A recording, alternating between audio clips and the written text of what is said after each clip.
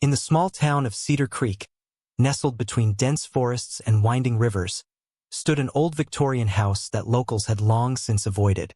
Cedar Creek House, with its peeling paint and cracked windows, whispered tales of tragedy and loss, tales that sent shivers down the spines of those who dared to listen.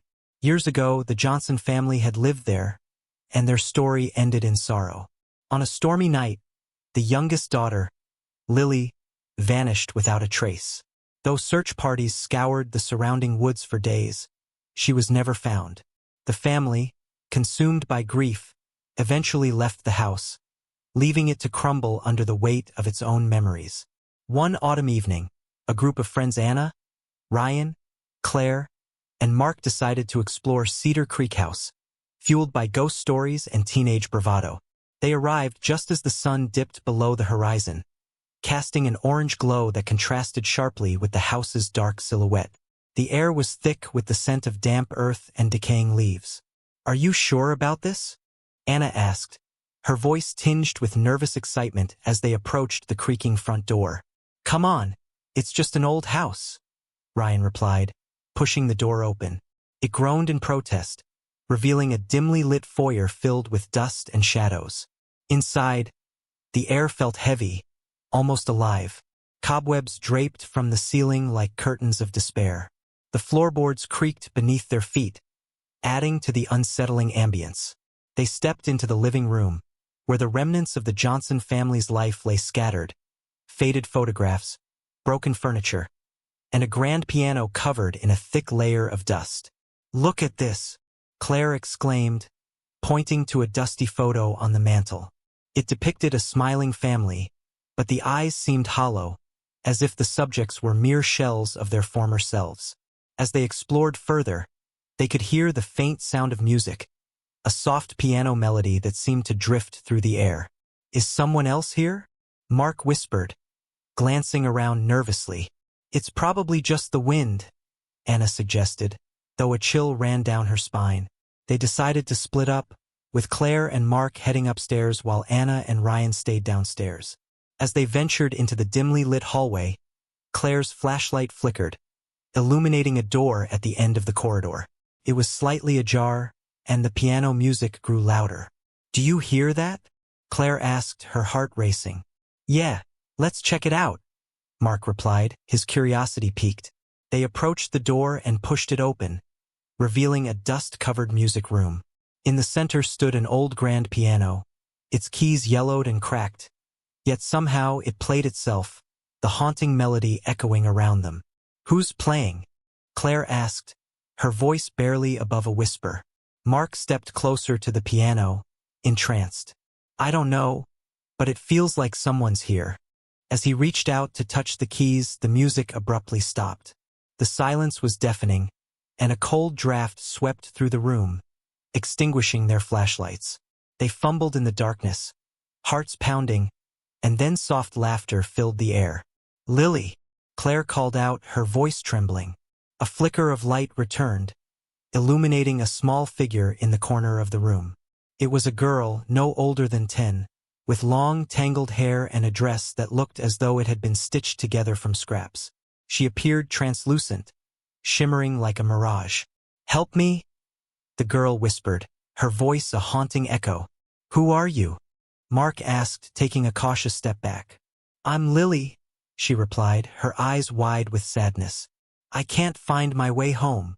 In the living room, Anna and Ryan heard the commotion upstairs and exchanged worried glances. "Should we go check on them?" Anna asked, her voice shaking. "Yeah, let's not leave them alone," Ryan replied, his heart pounding in his chest as they climbed the stairs. As they reached the hallway, the air grew colder, and the whispers of children playing filled the space around them. "What's going on?" Anna asked, feeling an overwhelming sense of dread. They pushed open the door to the music room and froze. Claire and Mark stood frozen, staring at the girl in the corner. "Who's that?" Ryan asked, fear creeping into his voice.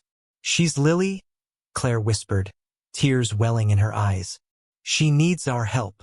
The girl turned to them, her expression a mix of longing and despair. "Please, I need to find my brother." "Where is he?" Mark asked, desperation creeping into his voice. In the woods, Lily replied, her voice barely audible over the whispers. He's scared and alone. Anna felt a chill wash over her. We can't go into the woods at night. It's dangerous.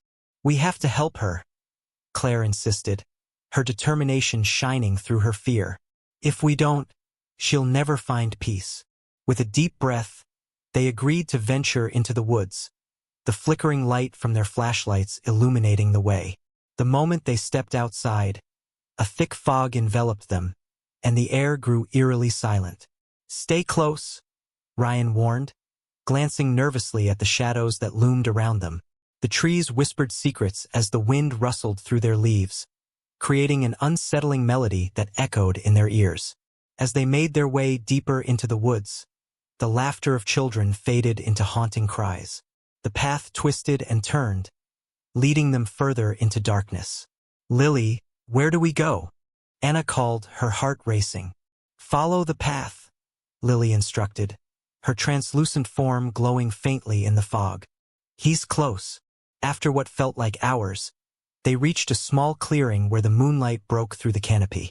In the center lay an old, rotting tree stump, and at its base, they found a small, worn teddy bear, its fur tattered and dirt-stained. This is his, Lily exclaimed, rushing forward. Where is he?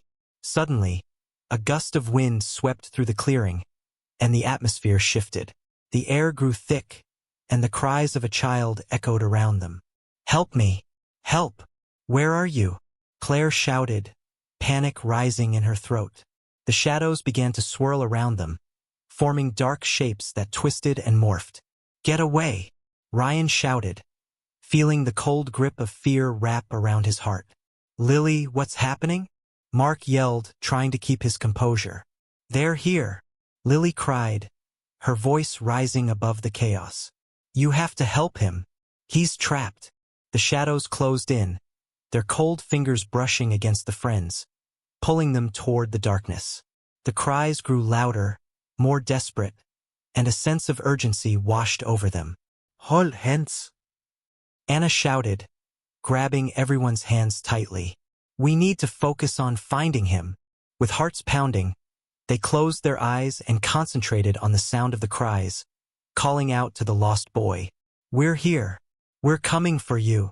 The shadows twisted violently, but their grip began to weaken. The cries shifted into whispers, guiding them deeper into the darkness. This way, Lily urged, leading them through the swirling shadows. Suddenly, a flicker of light appeared ahead, illuminating a small figure hunched over in the corner of the clearing. It was a boy, no older than Lily, with dirt-streaked cheeks and wide, terrified eyes. Help me! He cried, his voice breaking. Hold on. We're coming, Claire shouted, her heart racing as they rushed toward him. As they reached the boy, the shadows recoiled, revealing the path behind them. The moment they grabbed his hands, a surge of warmth enveloped them, pushing back the darkness. Lily! The boy cried, looking up at his sister with tears in his eyes. I found you!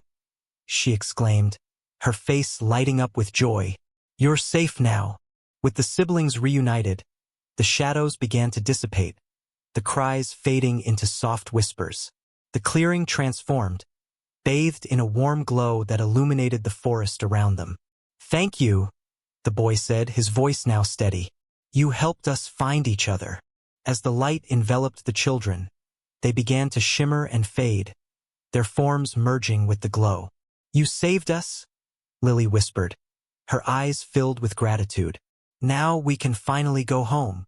In an instant, they were gone, leaving the friends standing in the clearing, hearts racing and breathless. The woods felt lighter, the oppressive weight lifted. The air was filled with the sounds of rustling leaves and distant birds, as if the forest itself had released a sigh of relief. We did it, Anna breathed, her voice trembling. We actually did it. But as they turned to leave, a chilling wind swept through the clearing, carrying with it a faint echo of laughter. It danced around them, a reminder of the children they had freed, but also a whisper of the lingering spirits that remained. As they made their way back to Cedar Creek House, the forest seemed to watch them, the shadows retreating but never truly gone. They could feel the weight of the past behind them, a reminder that while they had helped two souls find peace, the echoes of Cedar Creek would always remain. Don't forget to subscribe and like if you liked this story. And as they stepped into the light of dawn, the friends knew that they had opened a door to something far greater, an invitation to return, should the whispers of the past ever call them back.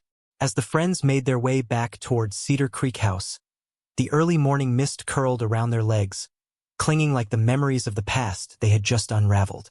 They could still hear the soft echoes of laughter, a haunting melody that floated on the breeze, making the hairs on the back of their necks stand on end. Did we really just see that? Mark asked, glancing nervously at the others. His voice wavered, uncertainty creeping in as they reached the threshold of the old house.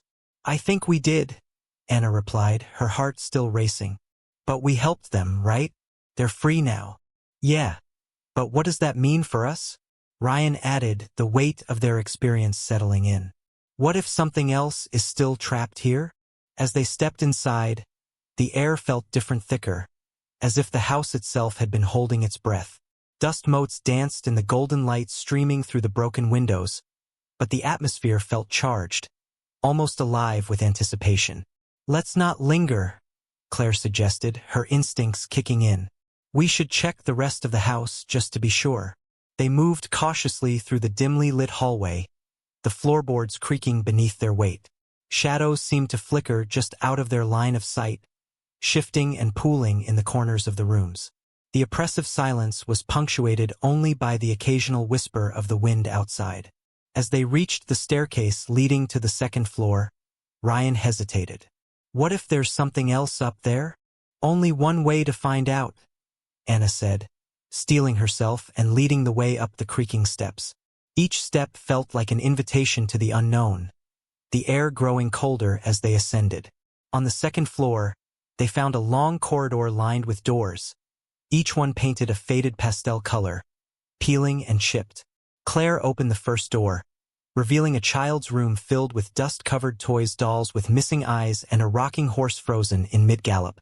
The window was slightly ajar, and the gentle rustle of fabric could be heard, as if something had just brushed past. Guys, come look at this, she called, her voice filled with a mix of fascination and dread. As they stepped inside, the temperature dropped even further. The light flickered, and for a moment, they could have sworn they saw a shadow dart across the room. Anna shivered, feeling an inexplicable sense of being watched. What if Lily was never the only one? Mark pondered aloud, his voice barely above a whisper. They moved deeper into the room, investigating the toys scattered across the floor. A small wooden box caught Claire's eye, intricately carved with designs of stars and moons. She reached down and opened it, revealing a collection of tiny trinkets, buttons, pebbles, and a small, faded photograph of Lily and her brother, taken just before her disappearance. Suddenly, the door slammed shut behind them, echoing through the room with a violent thud. The air grew heavier, charged with energy, and the shadows seemed to coalesce in the corners, darkening the edges of their vision. Let's get out of here, Ryan shouted, pounding on the door in a panic. But the door wouldn't budge. The laughter from earlier returned, echoing through the room, mixed with the sound of faint sobbing. The walls felt as if they were closing in, the air thick with tension. Lily, Claire called out, desperation creeping into her voice. Is that you? A chill swept through the room, and the toys began to rattle, as if something unseen was stirring. Help us! A chorus of childlike voices echoed, the sound bouncing off the walls. What do you want? Mark shouted, trying to remain calm. In that moment, the air shimmered, and before them appeared a vision of the children, Lily and her brother, now translucent and surrounded by a flickering light. But their expressions were no longer filled with joy. Instead, they looked frightened and confused. You have to let us out, Lily pleaded, her voice breaking. We're trapped. What do you mean? Anna asked, her heart racing. The shadows won't let us go, her brother cried, pointing to the corners of the room where darkness pooled ominously. "You have to break the curse." With every heartbeat, the shadows grew thicker, tendrils snaking out toward them, seeking to pull them into the void. Panic surged within the group as they realized they needed to act fast. "Remember the connection we had before?" Claire said, trying to stay calm. "We need to hold hands and focus on helping them, just like we did in the woods." Without hesitation, they formed a circle, hands clasped tightly. The light from their combined energy flickered in the oppressive darkness, illuminating the faces of the two children. "We won't leave you," Ryan said firmly, determination flooding his voice. Together, they closed their eyes, channeling their energy toward the spirits, envisioning a bright light that could cut through the shadows. "You are not alone," Anna whispered. "We are here with you." As they focused, the shadows writhed, their whispers turning into anguished wails. The air crackled with energy, and for a moment, the room was filled with blinding light. "Now!" Claire shouted. "Let them go!" The light surged forward, a wave of warmth and love, pushing against the shadows. The darkness recoiled, but it didn't vanish entirely. It writhed and twisted, resisting their efforts. "Don't give up," Mark urged, feeling the pressure of the shadows pressing down on them. With one final push, they concentrated harder, pouring their emotions into the light. The air thickened, and for a fleeting moment, the shadows flickered, revealing glimpses of the children's true forms, joyful, radiant, free. "Help us find peace," Lily cried, her voice rising above the chaos. And then, in a blinding flash, the light erupted from their circle, engulfing the room and dispelling the darkness.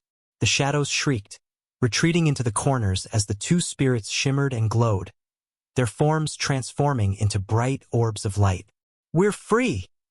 The children's voices echoed as they began to rise, the oppressive atmosphere lifting, leaving only warmth and peace behind. But just as they began to fade away, Lily turned back, her expression filled with gratitude. "Thank you. You saved us." As the light engulfed them, the last thing they heard was a soft melody, the same haunting tune that had echoed through the house. The air grew still, and the room felt lighter, the shadows finally retreating into nothingness. And then silence. When they opened their eyes, the door stood wide open, revealing the hallway bathed in the soft light of morning. The house felt different now, freer, unburdened, as if it had exhaled after holding its breath for so long. "Did we really just do that?" Anna asked, still in shock. "Yeah," Ryan replied, looking around in disbelief. "I think we did." As they stepped into the hallway, they felt a sense of accomplishment and relief. But the whispers of Cedar Creek lingered in the back of their minds, a reminder that not all spirits had found peace. "Maybe we should come back," Claire suggested, glancing at the others. "There could be more to uncover."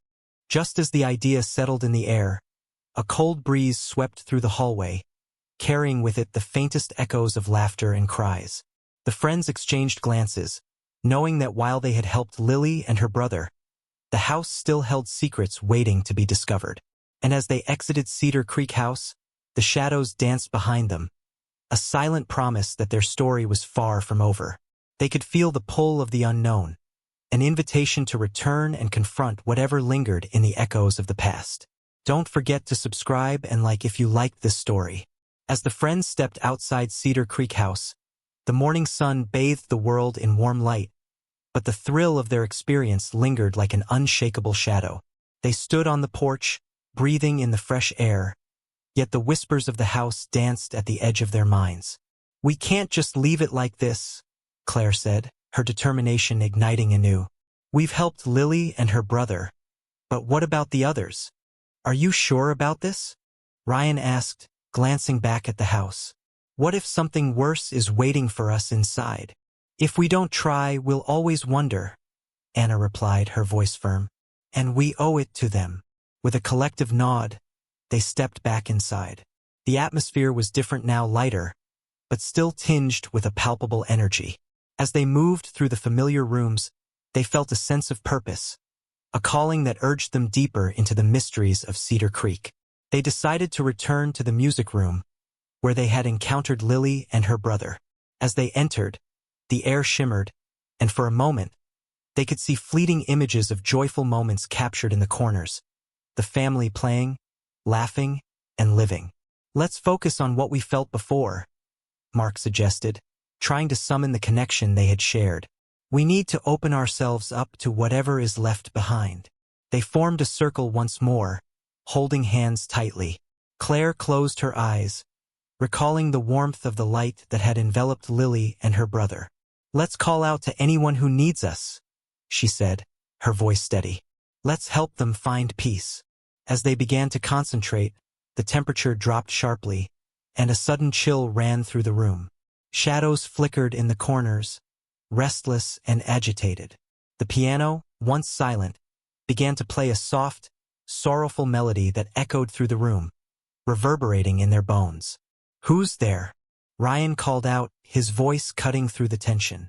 "We're here to help."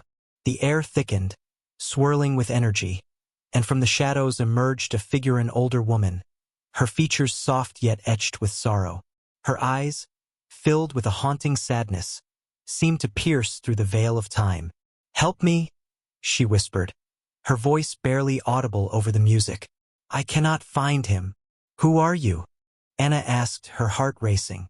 "I am Margaret," the woman replied, her form shimmering as she spoke. "I lived here long ago, and I lost my son, Thomas. I've searched for him ever since, but the shadows keep him hidden from me." "Where is he?" Claire asked, feeling a deep compassion for the lost mother. "In the woods," Margaret said, pointing toward the darkened windows. "He went to play and I never saw him again. I can't move on until I find him." Realizing that Cedar Creek House was a repository of lost souls, the friends exchanged glances, determination burning within them. "We'll help you find him," Mark promised, squeezing Claire's hand. "But you have to trust us." With a nod, Margaret's form began to glow, the shadows around her receding slightly. "Thank you. Please hurry."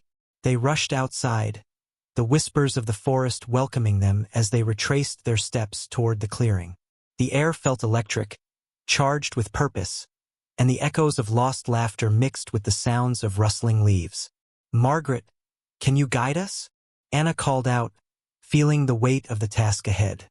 "Yes," the ghostly figure replied, her form flickering like a candle in the wind. "Follow me." The group navigated through the trees, the familiar path leading them deeper into the woods. The shadows swirled around them, but they pressed on, the urgency of their mission igniting a fire in their hearts. "Thomas!" Margaret cried, her voice echoing through the trees. "Where are you, my child?" As they reached the clearing where they had previously found the teddy bear, the atmosphere shifted. The air grew thick with anticipation, and the shadows darkened, swirling ominously. "Thomas!" Margaret called out again, her voice breaking with emotion. Suddenly, a small figure appeared from behind a tree, a boy, no older than 7, with tousled hair and wide, frightened eyes. He looked up at them, confusion etched on his face. "Mommy?" he called, his voice trembling. Margaret stepped forward, her form glowing brighter as she reached out toward him. "Thomas, I've been looking for you." The boy took a tentative step forward, and the shadows roiled around him, whispering menacingly. "Stay away!" he cried, fear evident in his voice. "No, my love. I'm here to take you home," Margaret assured him, her voice steadying. With a deep breath, the friends formed a protective circle around Thomas, channeling their combined energy toward the shadows. "You don't have to be afraid," Claire called out. "We're here to help." The shadows recoiled, their whispers turning into anguished cries as the group focused their thoughts on freeing Thomas. The light around them intensified, pushing back the darkness inch by inch. "Stay close to us," Anna urged, reaching out toward the boy. "We won't let them take you." Margaret moved closer, her figure shimmering with a warmth that wrapped around Thomas like a cocoon. "I won't let them keep you, my dear. You're safe now." With a final surge of light, the shadows shrieked and retreated, dissipating into the air as if they were made of smoke. Thomas looked up at his mother, eyes wide with recognition and relief. "Mommy!" he cried, running into her arms. Margaret enveloped him in a warm embrace, tears streaming down her ethereal face. "I've missed you so much." The moment was profound, a culmination of loss and love. As they held each other, the clearing was filled with a golden light that pushed back the shadows entirely, illuminating the forest in a way that felt both magical and real. With the shadows banished, the air grew still, the whispers of the woods transformed into gentle rustles. Thomas looked up at Margaret, his small face filled with wonder. "Are we really going home?" "Yes, my darling," she said softly. "We're going home together." As the glow surrounding them brightened, the friends felt a rush of warmth, a sense of completion settling over them. The weight of Cedar Creek lifted, the burden of lost souls finally released. "Thank you," Margaret said, turning to the friends, her voice filled with gratitude. "You've given me my son back. I can finally rest." And as the light enveloped them, the two figures began to fade, merging into the warmth of the sun filtering through the trees. "We'll never forget you," Anna shouted, tears of joy in her eyes. In an instant, they were gone, leaving the clearing bathed in a tranquil silence. The friends stood together, hearts racing, the enormity of what they had accomplished washing over them. "Did that really just happen?" Ryan breathed, disbelief etched on his face. "Yeah, it did," Claire replied, her voice steady. "We helped them." But as they turned to leave, a soft breeze rustled through the trees, and a faint melody floated in the air, a haunting, beautiful tune that spoke of love and loss, of echoes and memories. Cedar Creek House would always hold its secrets, but now, it was a place of healing, a sanctuary where lost souls could finally find peace. And as the friends stepped away from the clearing, they knew their journey was far from over. The world felt different, more alive, filled with whispers of the past and promises of the future. They had touched the realm of the supernatural, and in doing so, they had uncovered a deeper understanding of love and connection. With their hearts open to the mysteries that lay ahead, they walked away from Cedar Creek House, knowing that they would return, not just as visitors, but as guardians of the echoes, ready to embrace whatever awaited them in the shadows. Don't forget to subscribe and like if you liked this story.